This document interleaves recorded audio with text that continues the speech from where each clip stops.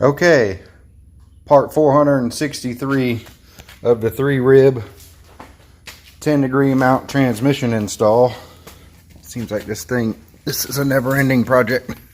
Anyway, I got the old axle out. This is the type 1 axle. You have to change them out for the whatever size CV joint you're going to run. This happens to be the bus or the thing CVs. Got my stub axle here, my thing stub axle in. It went okay.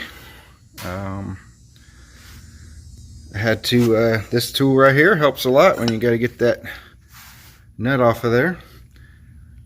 So here's a better shot with the wheel off. I know in the previous video I didn't show too much of this, but on the inside of this bell housing you have to drill these holes out for this part of the mount so it gives us more stability, I suppose. And these are rubber mounts, which are nice. So you can see how it just attaches to the frame horn. It's a nice little cutout. Anyway, yeah, so it's getting there. I'll put the drum back on. I'll tighten this to whatever it says to tighten it to, and maybe a little bit more.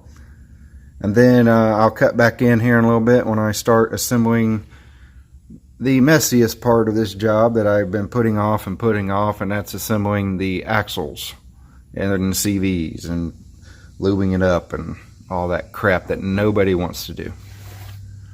Alright, talk to you in a little bit.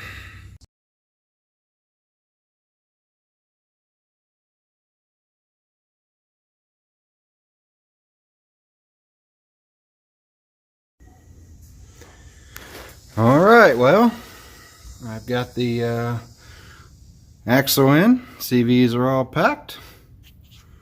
Spins over nice. Just like that. I still have a couple things to do. I have to put just a zip tie on here on the boot. Run my cotter, torque this down, and put the cotter pin in. But yeah, so it looks good. I still have the other side to do. That axle's still there. I think it's gonna work. I think it's gonna work fine, like I've been saying the whole time. I sure hope the transmission works. Alrighty, talk to you guys later. Don't forget to like and subscribe. Thank you. Or comment. How about that? Comments are cool. I'd rather have comments than subscriptions for some reason. More personal. Bye.